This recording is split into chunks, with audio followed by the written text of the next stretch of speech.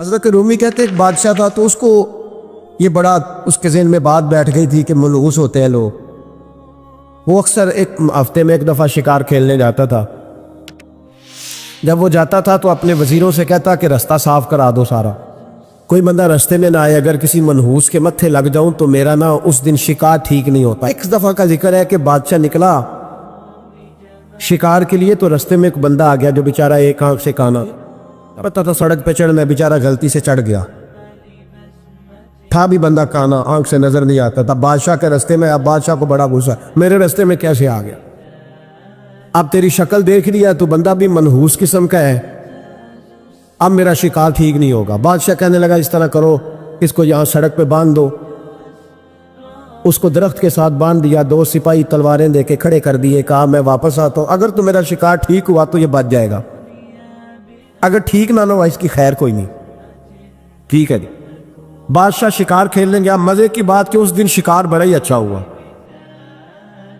وہ کہتا ہے زندگی میں کبھی اتنا شکار نہیں مارا جتنا آج مارا، بڑا زبردست رزلٹ اس دن نکلا۔ بادشاہ وہ جانور سارے باندھے، گھوڑوں پہ سوار کیے اور لے کے واپس آ رہا تھا تو اب وہ بندہ بیچارہ صبح سے بھوکا پیاسا بندہ ہوا ہے، بچوں کی روزی کمانے نکلا، بادشاہ کے قابو آ گیا۔ وہ بندہ ہوا ہے، زبان باہر پیاس سے نکلی ہوئی ہے، بھوک ہے، تکلیف ہے، آزمائش ہے۔ کچھ لوگ تو ایسے ہوتے ہیں جو نا ظلم سہتے ہیں تو کہتے ہیں بس جان چھوٹ جائے، ہم کسی کو بتائیں گے نہیں۔ کچھ ایسے ہوتے ہیں جو کہتے ہیں ہم ظالم کا گریبان پکڑیں گے، وہ منافق ہے، یہ ظلم سہ کے چپ رہے۔ تو وہ اب تنگ بڑا تھا لیکن بندہ جیدار قسم کا تھا، اور شیخ سعدی کہتے ہیں تنگ آمد بد جنگ آمد، جب کوئی تنگ آتا ہے تو پھر وہ جنگ کرتا ہے، اس کا جنگ کا پروگرام بنا ہوا۔ اس نے کہا مرنا تو ہے ہی، پر اس بادشاہ کو دو سنا کے مرنا ہے، اس کو نہ کچھ سنا کے مرنا ہے، ذرا آلے صحیح، گردن تو کٹے گی پر میں نے نہ اس کو چھوڑنا نہیں۔ کیا تماشا ہے، مجھے باندھ گیا صبح کا۔ بادشاہ آیا تو بادشاہ بڑا راضی، شکار بڑا اچھا ہوا، کہنے لگا کھول دو اس کو۔ کھولا، وہ کہنے لگا میرا شکار بڑا اچھا ہوا ہے، لگتا تو مجھے یہ تھا کہ تیرا منہ دیکھا ہے تو شکار اچھا نہیں ہوا ہوگا، لیکن چونکہ بڑا اچھا ہوا ہے لہذا تجھے چھوڑتا ہوں، جا دوڑ جا۔ اب اس نے ارادہ کیا تھا دو سنانی ہے، کھڑا ہو گیا، کہنے لگا بادشاہ تو نے تو سویرے میرا منہ دیکھا تھا، تیرا شکار تو بڑا اچھا ہوا ہے، پر میں نے سویرے تیرا منہ دیکھا تھا، میرا دن نہیں اچھا گزرا، میں بڑی تکلیف میں صبح سا، نہ پانی ملا ہے، نہ کھانا ملا ہے، نہ روٹی ملی ہے۔ اب مجھے بتا منحوس میں ہوں کہ تو ہے؟ اب بتا نحوست کس میں ہے، میرے اندر ہے کہ تورے اندر ہے، بتا۔ تو بادشاہ کانپنے لگ گیا، کہنے لگا اس کی گردن اڑانی ہے۔ اس نے کہا میں پہلے سے تیار ہوں گردن اڑوانے کی، سوچ سمجھ کے بات۔ قریب جو وزیر تھے نا وہ کہنے لگے بادشاہ ہم تجھے بڑی دیر سے سمجھا رہے ہیں کہ تو تہمات کا شکار ہے، تو وہمی ہو گیا ہے۔ ایک بات اپنے ذہن میں اچھی طرح بٹھا لیں اور لکھ لیں کہ زندگی میں جو کسی بندے کو کامیابی حاصل ہوتی ہے وہ رب تعالیٰ کی مدد سے حاصل ہوتی ہے۔ اگر رب تعالیٰ مددگار ہو تو پھر کوئی چیز بھی رستے میں رکاوٹ نہیں بنتی، اور اگر مالک کریم کو منظور نہ ہو، اس کا ذہن بڑی وسعت رکھتا ہو، بڑی اچھی پلاننگ کرنا جانتا ہو، سارا کچھ ہو، تو بندہ ناکام ہو جاتا ہے۔ مسلمانوں کو جتنی کامیابیاں ملی ان کا پس منظر صرف اتنا تھا کہ اللہ تبارک و تعالیٰ نے اپنے بندوں کی مدد فرمائی، اور اب تعالیٰ نے قرآن مجید میں اس حقیقت کا بیان کیا، فرمایا بل اللہ مولاکم، فرمایا بلکہ اللہ تمہارا مولا ہے، وَهُوَ خَيْرُ النَّاصِرِينَ، اور وہ بہترین مددگار ہے۔ وہ جو رب تمہارا مولا ہے وہ بہترین مددگار ہے، اور اگر وہ مدد کرے تمہاری، سورہ آل عمران میں آگے جا کے ارشاد فرمایا اگر اللہ مدد کرے تو پھر تم پر کوئی غالب نہیں آ سکتا، اور اگر وہ تمہاری مدد چھوڑ دے تو پھر کوئی تمہاری مدد کر سکتا، کوئی مدد نہیں کر سکتا۔ وہ چیزیں ایسی ہیں جن سے اللہ کی مدد آتی ہے، مدد ملتی ہے۔ ایک چیز ان میں سے ایسی ہے جس سے بہت مدد نازل ہوتی، وہ ہے کہ جب رب آپ کو دے نا تو پھر آپ بھی اس کے رستے میں دے، پھر مدد آتی ہے، پھر اور آتا ہے۔ بخاری مسلم میں حدیث ہے، یہ زیادہ ہی توجہ طلب عمر ہے، اس پر آپ غور کریں گے۔ حضرت ابو ہریرہ فرماتے ہیں کہ نبی پاک علیہ السلام نے فرمایا ایک شخص نے بادلوں کے اندر سے آواز سنی کہ فلاں آدمی کا کھیت اور باغ خشک ہو گیا ہے، وہاں برسو اور اس کے کھیت کو سیراب کرو۔ وہ بڑا حیران ہوا کہ بادل سے آواز آ رہی۔ پھر اس نے دیکھا کہ ایک پہاڑی پر بارش ہوئی، وہ بادل وہاں برسا، پھر نالیوں سے ہوتا ہوا پانی ایک طرف چلا۔ تو جس نے آواز سنی تھی حضور بیان کر رہے ہیں، وہ بھی پیچھے پیچھے چلا کہ پانی کدھر جا رہا ہے۔ اس نے جا کے دیکھا کہ ایک مقام پہ ایک باغ کو وہ پانی لگ رہا ہے اور ایک آدمی وہ پانی لگا رہا ہے۔ اس نے اس سے پوچھا تیرا نام کیا ہے؟ اس نے کہا کیوں؟ کہنے لگا بتا نا۔ اس نے نام بتایا تو کہنے لگا یہی تو وہ نام ہے جو میں نے بادلوں کے اندر سے سنا ہے کہ فلاں کے کھیت کو پانی دے دو۔ اس نے کہا یار تو کیا عمل کرتا ہے کہ اسپیشل تیرے لیے بارش برسے؟ یہ بخاری پڑھ رہا ہوں، سیاستہ سے حدیث عرض کر رہا ہوں۔ اس سے پوچھا تو کیا کام کرتا ہے کہ جناب اللہ تبارک و تعالیٰ کا حکم کرم آیا کہ خاص تیرے لیے پانی برسے اور تیرے کھیت کو سیراب کرے؟ تو اس نے کہا چھوٹا ذمہ دار ہوں، پر جب فصل اگتی ہے تو 3 حصے کرتا ہوں۔ ایک حصہ اپنے بال بچوں پہ، بہن بھائیوں پہ خرچ کرتا ہوں، ایک حصہ پورا، اور ایک حصہ دوبارہ کاشتکاری پہ لگاتا ہوں، اور تیسرا حصہ خالص میں نے مسکینوں، یتیموں اور غریبوں کے لیے رکھا ہوا ہے۔ وہ جو تیسرا حصہ اللہ کرے آپ سمجھیں، وہ رب کے بندوں پہ تیسرا حصہ خرچ کرتا ہے نا، تو کریم مالک نے فرمایا جہاں سے غریب کا حصہ جاتا ہے وہ کھیت خشک نہیں رہنا چاہیے، وہ جہاں سے مسکین روٹی کھاتے ہیں وہ خشک نہ رہے، جہاں سے یتیموں کو کچھ آتا ہے کہیں اس کی فصل رہ نہ جائے۔ میں اور آپ بھی اگر اپنے مال میں مسکینوں، یتیموں، غریبوں کے حصے رکھ لیں گے تو فصلیں خشک نہیں رہیں گی، ان کے اندر تازگی آئے گی، نور آئے گا، کرم آئے گا، خاص کر خدا کی رحمت برسے گی۔ مدد اللہ سے چاہے، اپنی توجہات کا مرکز رب رسول کی ذات کو بنائے، پھر آپ محسوس کریں گے کہ بڑی جلدی اللہ تعالیٰ کی مدد آنے لگی ہے۔ جب رب مدد فرمائے، جب اللہ مددگار بنے۔ دوستوں سے ایک بات اکثر کرتا ہوں، میں کہتا ہوں کہ جتنے درد سے آپ امیر کو اپنی کہانی سناتے ہیں نا، اور جس طرح آپ کے آنسو بات کرنے سے پہلے گر جاتے ہیں کہ غریب ہیں، بچیاں ہیں، کاروبار میں، او میرے سنگیو، اس سے آدھے آنسو اپنے رب کی بارگاہ میں بکھیرو، اس کے حضور عرض گزار ہو جاؤ، اس سے طلب کرو۔ ایک وقت انسان پر زندگی میں ایسا آتا ہے کہ اسے یوں محسوس ہوتا ہے کہ میرا سایہ بھی ذرا سا پیچھے ہٹ گیا ہے، اسے یوں لگتا ہے کہ میں کسی سہارے پہ ہاتھ ڈالتا ہوں تو وہ بھاگ جاتا ہے مجھ سے۔ لیکن مالک کی بارگاہ ایسی عظیم بارگاہ ہے، رب رسول کے آستانے اتنے بڑے ہیں کہ آپ جب وہاں کشکول طلب دراز کرتے ہیں تو جھولی پھیلانے میں دیر لگتی ہے، ان کو بھرنے میں تو کوئی دیر نہیں لگتی۔ ہم نے اپنا سوچ کا قبلہ ہی دنیا کو بنا لیا ہے۔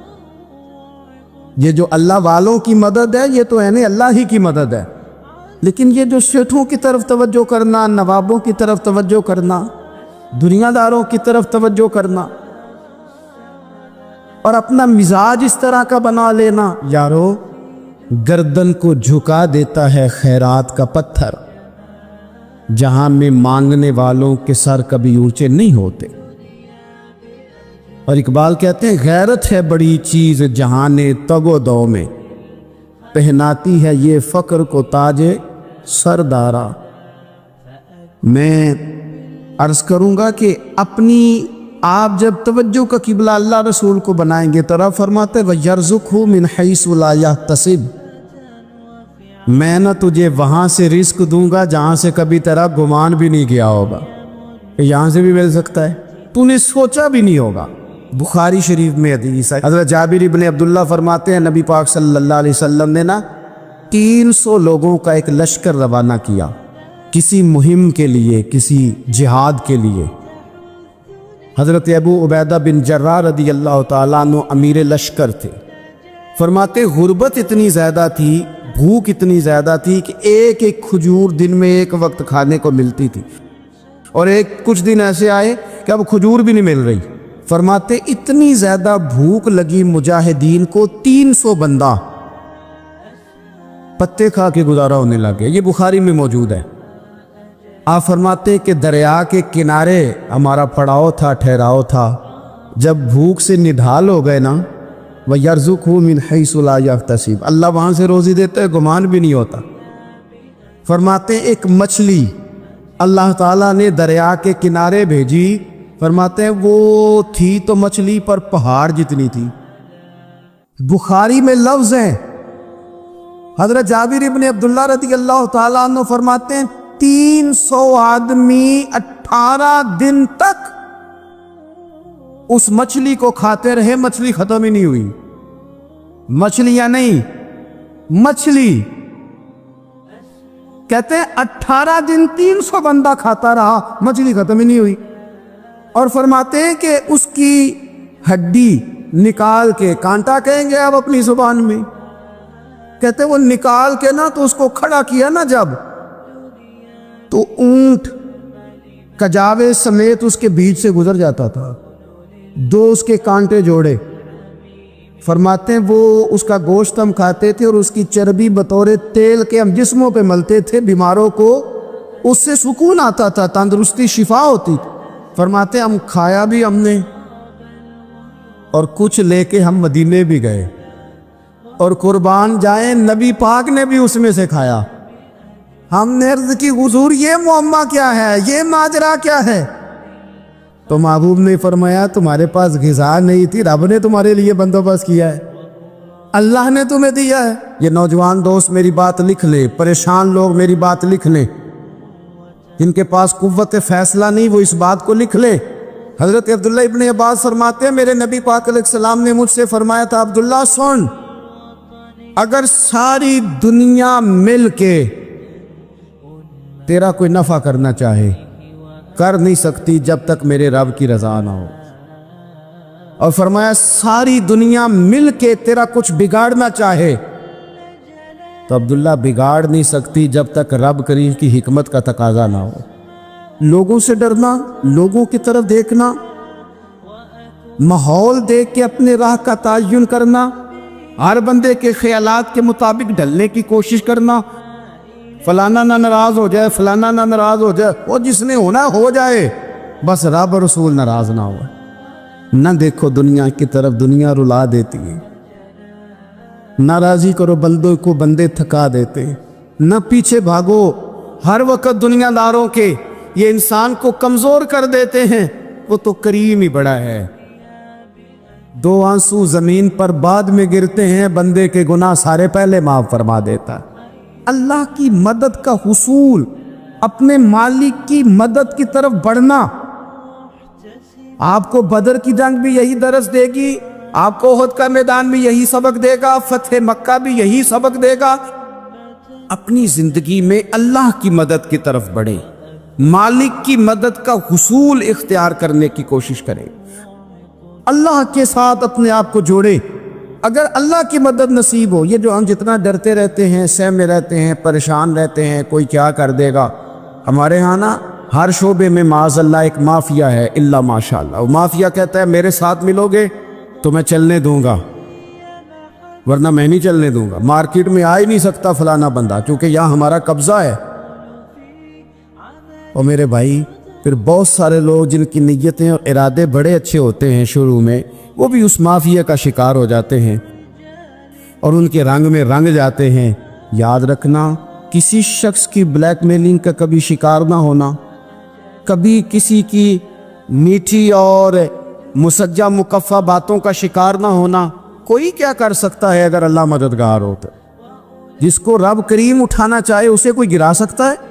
ہم یہ ڈرے ڈرے سہمے پریشان فیصلہ کرنے کی طاقت نہیں، مجھے چلنا چاہیے کہ نہیں، اٹھنا چاہیے کہ نہیں، کرنا چاہیے، اٹھ باندھ کمر کیوں ڈرتا ہے؟ پھر دیکھ خدا کیا کرتا ہے۔ اپنی زندگی میں اپنے مالک کو مولا جان کے، بل اللہ مولاکم، اللہ تمہارا مولا ہے، وَهُوَ خَيْرُ النَّاصِرِينَ، وہ بہترین مددگار ہے۔ توجہ جب بھی کریں رب کی جانب کریں، اپنے دل کا قبلہ درست رکھیں، سوچوں کے زاویے سیدھے رکھیں۔ میرے بھائی، مالک جب بندوبست کر دے نا، جب مالک بندوبست کرتے پھر ایسا بندوبست کرتا ہے کہ لوگوں کے پاس نا چارہ نہیں رہتا۔ حضرت مریم رضی اللہ تعالی عنہا پاک باز تھی، مسجد میں رہی تھی، پر مالک کی حکمت کے تقاضے بڑے عجیب ہے نا۔ پھر جناب مریم کو اللہ تعالیٰ نے بغیر شوہر کے اولاد عطا کر دی۔ یہ بات ہی ایسی تھی، کسی نے کہا تھا کہ مخلوق تو فنکار ہے اس درجہ کے پل بھر میں سنگے در کعبہ سے بھی اصنام تراشے، تم کون ہو کیا چیز ہے داغے کبابی، لوگوں نے تو مریم پہ بھی الزام تراشے۔ تو لوگوں نے کہا کدھر سے لے آئی بچہ، تیرا باپ تو ایسا نہیں تھا، کہاں سے لے آئی؟ اللہ کرے میں آپ کو سمجھا سکوں، ذرا اپنے آپ کو وہاں کھڑا کریں کہ ایک پاک باز عورت، پاک باپ کی بیٹی، طیب ماں کی بیٹی، اور اللہ کے گھر میں پرورش پانے والی خاتون، ایک وہ وقت اور ایک یہ وقت کہ اس عورت کو کٹہرے میں کھڑا کر کے پوچھا جا رہا ہے کہ معاذ اللہ تیری گود میں بچہ جائز نہیں ہے، کہاں سے لائی ہے؟ اب خود سے صفائیاں بندہ کتنی کو دے، کتنی کو وضاحتیں کرے۔ اب حضرت مریم کو کٹہرے میں کھڑا کر کے کہا بچہ کس کا ہے؟ حضرت مریم کہنے لگی مجھ سے نہ پوچھو، وہ جو پنگوڑے میں ہے اسی سے پوچھ لو۔ انہوں نے کہا پنگوڑے میں چند دنوں کا بچہ یہ جواب دے گا؟ تو پنگوڑے میں لیٹے حضرت عیسیٰ بول کے کہنے لگے انی عبد اللہ آتانی الکتاب، فرمایا میں اللہ کا بندہ ہوں، رب نے مجھے کتاب عطا کر کے نبی بنا کے دنیا میں بھیجا ہے، میں اللہ کا بندہ ہوں، کتاب لے کے آیا ہوں، نبی بن کے آیا ہوں۔ پھر پنگوڑے سے اعلان ہو گیا۔ بندہ مومن کا مقام سب سے پہلے اسے خود پتا ہونا چاہیے کہ میرا توکل کتنا مضبوط ہے، اسے خود پتا ہونا چاہیے۔ مجھے نہیں پتا آپ میں سے فجر کس کس نے پڑھی ہے، مجھے تو اپنا پتا ہے، یہ ہمیں خود پتا ہونا چاہیے کہ ہمارا معیار کیا ہے نماز کے معاملے۔ میں نہیں جانتا آپ کی جیبوں میں کتنا ہے اور آپ کتنا اللہ کی راہ میں خرچ کرتے، یہ بندے کا رب سے رشتہ ہے، یہ آپ جانے، آپ کا خدا جانے، میں جانوں، میرا رب جانے۔ رب کہتا ہے پہلے اپنے دل سے پوچھ، یہ ادھر ادھر کی باتوں سے تو ڈرتا ہے، یہ رب سے کتنا ڈرتا ہے۔ پتہ ہے نبی پاک علیہ السلام کے صحابہ کا سٹیٹس کیا تھا، معیار کیا تھا رب سے ڈرنے کا؟ دو چیزیں ایمان کو مضبوط کرتی ہیں، ایک رب سے ڈرنا، ایک اس کی رحمت کی امید رکھنا۔ اللہ تعالیٰ کی رحمت کی امید بھی رج کے رکھنی ہے، اور اس سے ڈرنا ہے تو پھر بھی ذرا صحیح کر کے ڈرنا ہے، کچا پکا نہیں ڈرنا۔ ڈرنے کی کہانی نہیں بنانی کہ ہو جی اللہ سے ڈر لگتا ہے، وہ ڈرنا ہے۔ اس ڈرنے سے مطلب ہو کہ اعمال ثمرے، اخلاق کردار کے معاملے میں انسان مضبوط ہو جائے، دیانتدار ہو جائے، سچائی والا ہو جائے، صبر و تحمل والا ہو جائے۔ امید بھی رج کے رکھنی ہے، ڈرنا بھی رج کے ہے۔ کبھی پلٹ کے دیکھو نا رب کے بندوں کی شان، اللہ انہیں رزق عطا فرماتا ہے تو عزت والا عطا فرماتا، وقار والی روزی میں دوں گا، وقار والی۔ بس تم 5 چیزیں پیدا کرو اپنے اندر۔ ایک تو یہ دیکھو جب رب کی یاد ہوتی ہے تو دل ڈرتا ہے کہ نہیں، قرآن پڑھا جاتا ہے تو ایمان مضبوط ہوتا ہے کہ نہیں، تمہارا رب پر بھروسہ کتنا ہے، اعتماد خالق کتنا ہے، یہ اپنے اندر پیدا کرو۔ اور فرمایا نماز قائم کرو، اللہ کے راستے میں خرچ کرو۔ تم یہ 5 چیزیں پیدا کرو، رب کہتا ہے مومن بھی تم پکے ہو، درجے بھی بڑے دوں گا، جو خطائیں غلطی سے ہو گئی وہ معاف بھی کر دوں گا۔ ورزق کریم، روزی ملے گی عزت والی، یہ کامل مومن کی نشانیاں قرآن مجید سورہ انفال میں بیان. ایک بات ہے سیدنا عمر کی، شیر کی باتیں شیروں جیسی. حضرت فاروق اعظم کی ایک بات اس مضمون پر بڑی طاقتور ہے. حضرت عمر فرمایا کرتے تھے مجھے اپنے رب کی رحمت سے امید اتنی ہے کہ نبیوں رسولوں پیغمبروں کے بعد اگر یہ اعلان ہوا نا کہ ساری دنیا کے لیے فیصلہ اور ہے، ایک بندہ صرف جنت میں جائے گا، تو حضرت عمر کہتے ہیں مجھے پکا یقین ہے رب بڑا مہربان ہے، عمر کو جنت دے گا.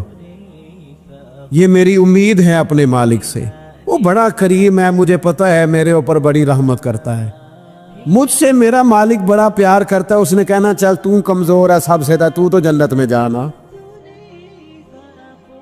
فرمایا جو بغیر حساب کے کہ جنت میں جائے گا، لگتا ہے میرے اوپر کرم کرے گا میں جاؤں گا.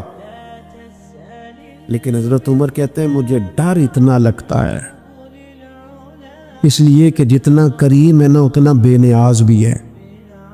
تے بے پرواہ نال یاری لا کے پیندے نے دکھ سہنے.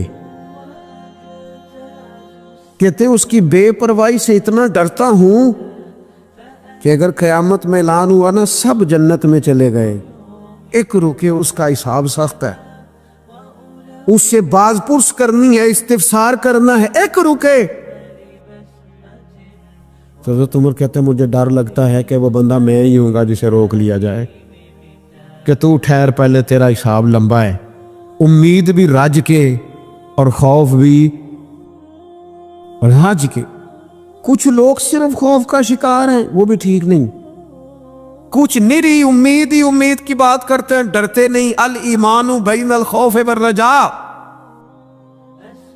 ایمان خوف اور امید کی درمیانی کیفیت کا نام. اللہ کی ذات پر بھروسہ کتنا ہے یہ لوگوں سے نہ پوچھتے پھرے، لوگوں کو نہ بتاتے پھریں گے، تو دل کا معاملہ اپنے آپ سے پوچھے، اپنے آپ کو خود اپنے سامنے کھڑا کریں، اپنا حساب خود کریں، اپنے سے کبھی کبھی سوال و جواب کریں، اپنے سے گفتگو کریں. پر کیا کریں، ہم ساری زندگی اپنا دنیاوی معیار ہی ٹھیک کرتے رہے، اپنے پیسوں کا حساب ہی لگاتے رہے، گھر مکان گاڑی سٹیٹس آنا جانا سلام دعا کتنی ہے.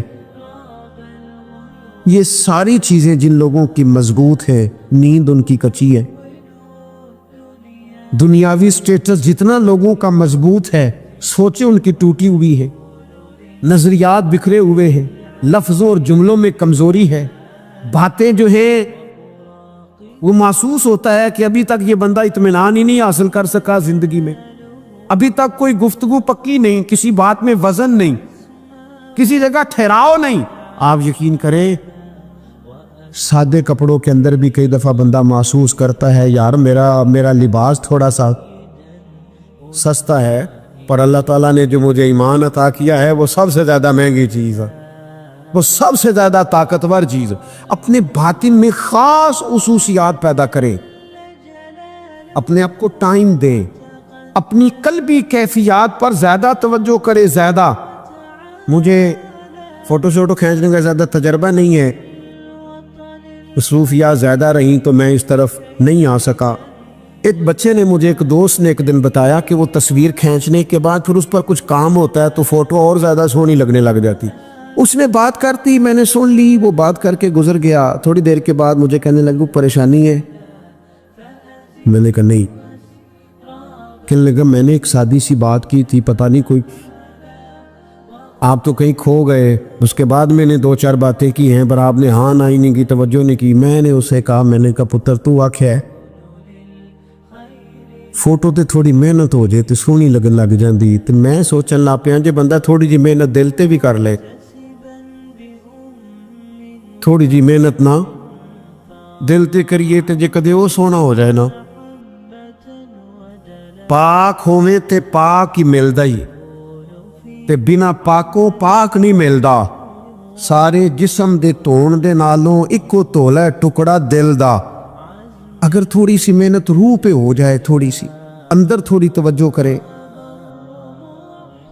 وہ اگر تھوڑا چمکدار ہو جائے نا، کچھ غلاظتیں، کچھ نفرتیں، کچھ قدورتیں، کچھ عداوتیں، کچھ تکبر، کچھ حسد، کچھ بددیانتیاں، کچھ یہ چیزیں تھوڑی نکل جائیں، آپ یقین کریں بڑا چمکدار ہو جائے دل، بڑا سونا ہو جائے، بڑا حسین ہو جائے، یہ باطن ٹھیک ہو جائے نا تو اللہ کی ساری مخلوق حسین لگنے لگ جاتی. بندے کو نا کچھ عجیب سی کیفیات سے اللہ مالا مال کرتا ہے. اسے کوئی اللہ تعالیٰ ایسا انشراح صدر دیتا ہے، دل کو ایسا ٹھنڈا کرتا ہے، سکون نصیب ہو جاتا ہے. ہم نا بعض ایسی چیزوں کا آہستہ آہستہ شکار ہوتے جا رہے ہیں جن میں ہمیں انتہائی زیادہ سمجھداری کی ضرورت ہے، معاملہ فہمی کی ضرورت. بندہ مومن کیا ہوتا ہے، اس کی علامتیں ہوتی ہیں، اس کی شانیں ہوتی ہیں. مومن کا ایک اپنا وقار ہوتا ہے، اس کی اپنی ایک الگ وزاداری ہوتی ہے، اس کا ایک اپنا اللہ تبارک و تعالیٰ نے سٹیٹس بنایا ہوتا ہے. ہمیں اپنا معیار قائم کرنا چاہیے، اور معیار وہ قلب سے قائم ہوگا، وہ روح سے قائم ہوگا، وہ باطن سے قائم ہوگا. نبی اکرم نور مجسم شفیع معظم صلی اللہ تعالی علیہ وآلہ وسلم سے پوچھا گیا، یا رسول اللہ ایمان کیا ہے؟ ایک کیفیت کا نام ہے نا، ایمان کی صورت تو نہیں ہوتی، ایمان کا روپ تو نہیں ہوتا، وہ مجسم شکل میں تو نہیں ہوتا، ایک باطنی کیفیت ہے نا. یا رسول اللہ صلی اللہ تعالی علیہ وسلم آپ سب سے اعلیٰ، اس کا معیار آپ ہی جانتے، کریم بتا دیجئے، بندہ نوازی فرمائیے ایمان کیا ہے؟ تو نبی اکرم صلی اللہ تعالی علیہ وسلم نے فرمایا، جب تمہاری نیکی تمہیں خوش کرنے لگے اور جب تمہارا گناہ تمہیں غمگین کرنے لگے تو مطلب یہ ہے کہ تم مومن ہو. اور اگر گناہ کر کے بھی تم غمگین نہیں ہوتے، تکبر کر کے بھی تم غمگین نہیں، حسد کر کے بھی غمگین نہیں، حرام کھا کے بھی غمگین نہیں، لوگوں کا دل توڑ کے بھی غمگین نہیں، کسی کے حق پہ قبضہ کر کے بھی تمہیں غم کوئی نہیں، بہت سارے لوگوں کو بیوقوف سمجھ کر، نادان سمجھ کر، احمق کہہ کر، جاہل کہہ کر، عزتیں اتار کر بھی تم غمگین نہیں ہوتے، اس کا مطلب ہے تم نے معیار ایمان کو نہیں پایا. حضور فرمانے لگے نیکی خوش کرے اور گناہ تجھے غمگین کرے. آپ یقین کریں اب نہیں کرتا لوگوں کو گناہ غمگین. لوگ کسی بندے کا دل توڑ کے، اس کی عزت اتار کے، اسے پریشان کر کے، جھڑک کے کہتے ہیں آیا تھا بندہ سنائیا میں نے 4، وہ تو نے گناہ کر کے اب تو بتا رہا ہے. کسی کو ڈانٹ ڈپٹ کے دل توڑ کے کہانیاں سنا رہا ہے، چلاکیاں کر کے اور تیزیاں دکھا کے. یہ تو بندہ مومن کی شان نہیں ہے. میرے کریم نے تو فرمایا نیکی تجھے سکون دے، اور جب تو گناہ کر کے غمگین ہو تو اس کا مطلب ہے تم مومن ہو. تو فوراً عرض کی یا رسول اللہ پھر بتا دے گناہ کیا ہوتا ہے؟ تو حضور فرمانے لگے جو چیز تیرے دل میں کھٹکے وہی تو گناہ ہے. وہ جو چبھ رہی ہے نا، مومن کے دل میں غلطی چبھتی ہے، کھٹکتی ہے، اسے پریشان کرتی ہے یہ غلطی. اگر وہ چبھتی ہے تو پھر اس کا مطلب ہے وہ گناہ ہے. آج کل نا لوگوں نے گناہ کو گناہ سمجھنا چھوڑ دیا. کسی نے کہا تھا جنوں کا نام خرد رکھ دیا، خرد کا جنوں. جو چاہے آپ کا حسن کرشمہ ساز کرے، آپ جو چاہیں نام رکھیں، جو آپ کی طبیعت آئے آپ وہ کام کریں، آپ اپنی مرضی سے نیکی اور بدی کا معیار قائم کر لیں. یہ ٹھیک نہیں ہے. اللہ کے رسول صلی اللہ تعالی علیہ وسلم نے جو آئینہ ایک بندہ مومن کے لیے بنایا ہے، اس آئینے کو ہمیشہ برقرار رکھا جائے. اپنے اندر وہ علامات تلاش کی جائیں جو ایمان کے بعد مومن کے اندر تبدیلیاں آتی ہے، قلبی طور پر، روحانی طور پر اور اخلاقی طور پر. میں دیکھتا ہوں آج کل نا ہمارے ہاں سب سے زیادہ جس چیز کا فقدان ہے وہ محبت ہے. ہمارے لہجے، ہمارا انداز، ہمارا طریقہ، ہمارا اٹھنا بیٹھنا، اس کے اندر نا محبت نہیں. ہم نا لہجے الفت والے نہیں، مزاج محبت والا. کسی جگہ یار کوئی چلو پنجابی بندے ایک دیسی گل تو انہوں سنانے میں مزہ آئے گا. تو ایک جگہ نا کہیں ہم بیٹھے تھے ایک دفعہ، تو کسی شخص نے کسی سے کوئی لینی دینی تھی چیز، تو اس نے بات کی، تو آپ کو پتہ ہے وہ ریٹ لینے والا بہت زیادہ مانگ لیتا ہے اور دینے والا کوشش کرتا ہے صفر سے شروع کروں، نیچے سے ریٹ دیتا ہے۔ اس نے کوئی بات کی، ریٹ تھوڑا بتایا تو سامنے والا ناراض ہو گیا، کہنے لگا تو کس طرح دا بندہ ہے، کنج دی گل کی تھی۔ اب یہ جو ریٹ لگانے والا تھا اس نے بڑا حسین بات کی، وہ بندہ جواب میں بڑے غصے میں آ گیا، اس نے تلخ لبو لہجہ، لگتا تھا تھوڑی دیر کے بعد اٹھ پڑے گا، گریبان تامے گا۔ تو آج کے کہنے لگا یار وہ لینا دینا تے مقدر آندا ہے، گل تے پیار نال کر۔ او میں نہ جناب شاعر مزاج آدمی نہ کئی دفعہ پورا فدا ہو جاتا ہے، میرا دل کرے اس بندے کے ہاتھ چوم لو، اس نے کمال بات، اس نے کہا لینا دینا تے اوے گل تے پیار نال کر یار، 2 گھڑیاں دا بہن ہے، ذرا پیار سے بات کر، کیا ہو گیا تجھے، ملنے آئے ہیں، غنیمت جانیے مل بیٹھنے کو، جدائی کی گھڑی سر پر کھڑی ہے، ابھی الارم بجے گا اٹھ کے تو اپنے گھر میں اپنے گھر، او بات تو پیار سے کر،